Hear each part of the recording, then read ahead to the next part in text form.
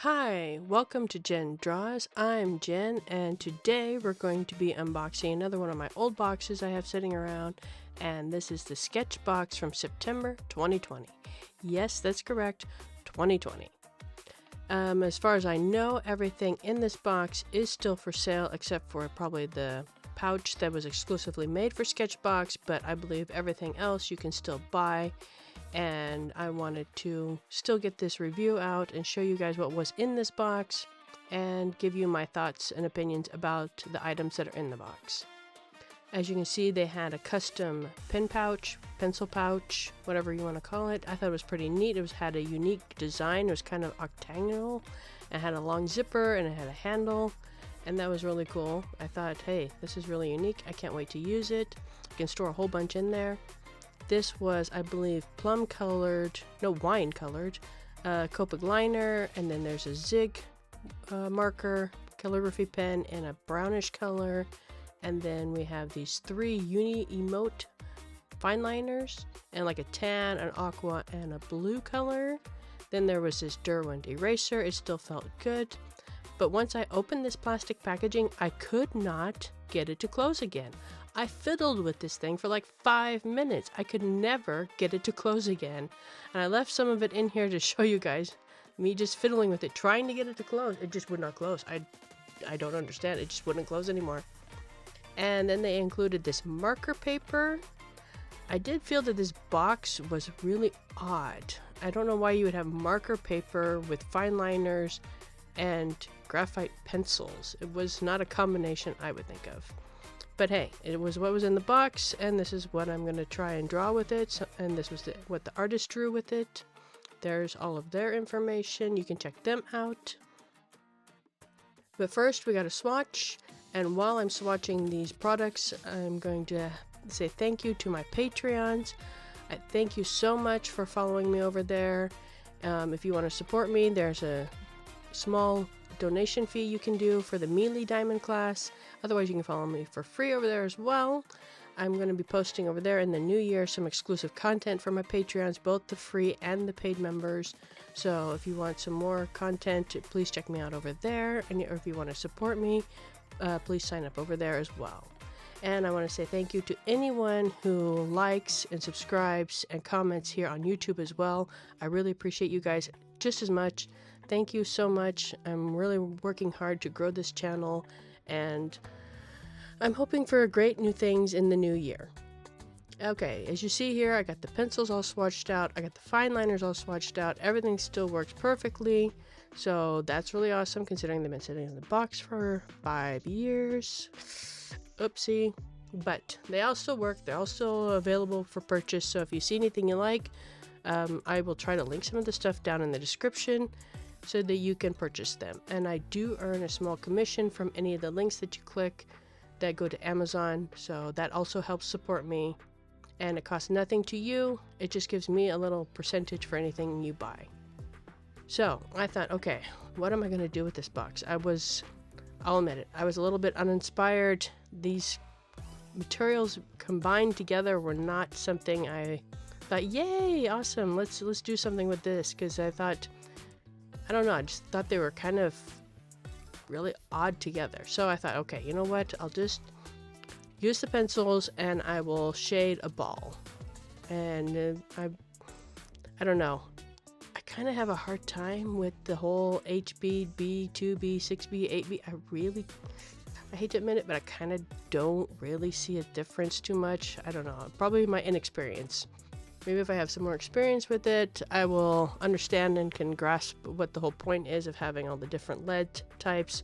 But for me right now, it's still, I don't understand the point.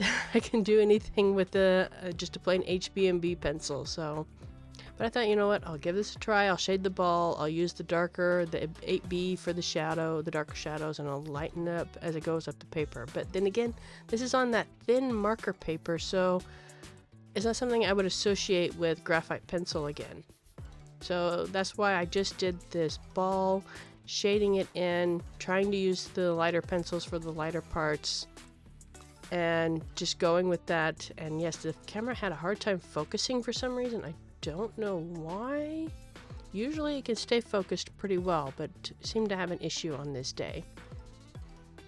So here I am shading in the ball, adding some more, making that shadow a bit more. And yes, you leave a little bit of lightness at the bottom because there's always if it's a metal ball, there'd be like a light ring around it because of the reflection from the table. So that's what I was trying to do here, you know, just a classic traditional, you know, making a 3D sphere with some graphite pencils. And I think it turned out pretty okay. I mean, I free-handed this ball. I didn't use a compass or anything round. So that was a nice little practice, a little exercise. You know, sometimes you got to go back to the basics when you have no idea what to do with the supplies in a box. So that's what I did here. And while I was drawing this ball, I was thinking, what am I going to do with the other supplies? I have no idea how I'm going to incorporate these. So I was thinking about it, and I thought, you know what? I'm going to draw some stars with the fine liners. Let's do something more basic, and let's practice making some fun little stars using the the fine liners. I had always wanted to try those fine liners. I have the Copic one already, but I had wanted to try the other ones. And they are really nice. And I know they have like a 40-piece set these days that you can get fairly cheap. I think at the time when these first came out, they were like $2 or $3 a piece. I think now they're like down to $1 a piece on Amazon, and 40-piece sets. So that's really cool. And they are really neat. They kind of have like this plastic nib. So that's really kind of different because usually a fine liner has this like feltish nib that you can like damage over time, but I think these are pretty robust. I don't think you can really damage them too much. And I mean, I don't press hard in the first place, so I'm not very heavy-handed, so I think they will last me for quite a while. So I'm thinking about maybe getting some more of those fine liners because fine liners are always fun. And then with the calligraphy pen, I thought, you know what, we'll just write out what this material was and from what box it was. And then I will sign my name and date it.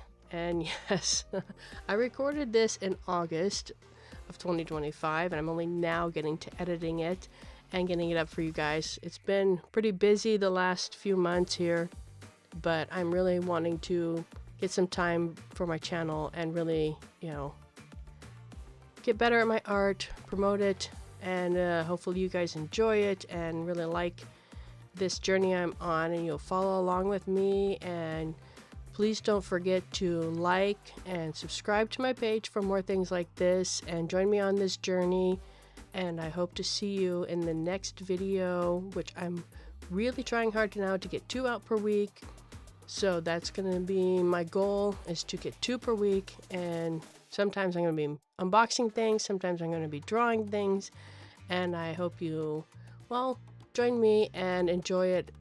And please leave a comment on what you think about these materials. If you have some suggestions on how you would use these all together in a drawing on this kind of paper, I would like to hear that. And until next time, guys, bye!